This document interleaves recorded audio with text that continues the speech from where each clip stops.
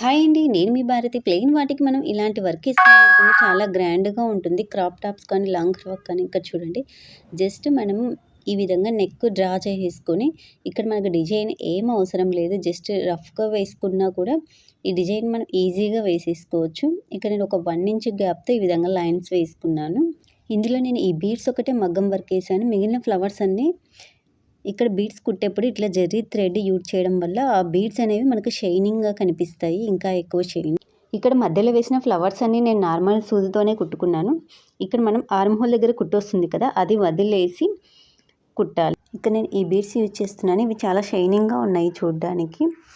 ఈ బీడ్స్‌ని మనం మగ్గం వర్క్‌తోనే కుట్టాల్సిన అవసరం లేదు. నార్మల్ నీడిల్‌తో కూడా ఇలా స్ట్రైట్‌గా వచ్చేటట్టు కుట్టుకోవచ్చు.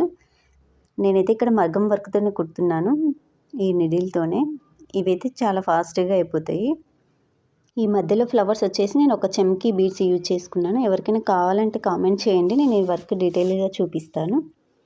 ఈ డిజైన్ మీకు వీడియోలో అంత క్లారిటీగా షైనింగ్‌గా కనిపించలేదు. రియల్‌గా చూస్తే చాలా షైనింగ్‌గా చాలా బాగా కనిపిస్తుంది. బ్లాక్ మీద అయితే ఇంకా బాగుంటుంది. బ్లాక్ యూజ్ చేసేవాళ్ళు బ్లాక్ మీద వేసుకోండి.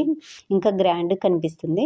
ఇది మనం క్రాప్ టాప్ అట్లా బ్లౌజ్‌కి ఇది వేసుకొని కింద లెహెంగాకి ప్లెయిన్‌గా యూజ్ చేసుకున్నా కూడా చాలా బాగుంటుంది.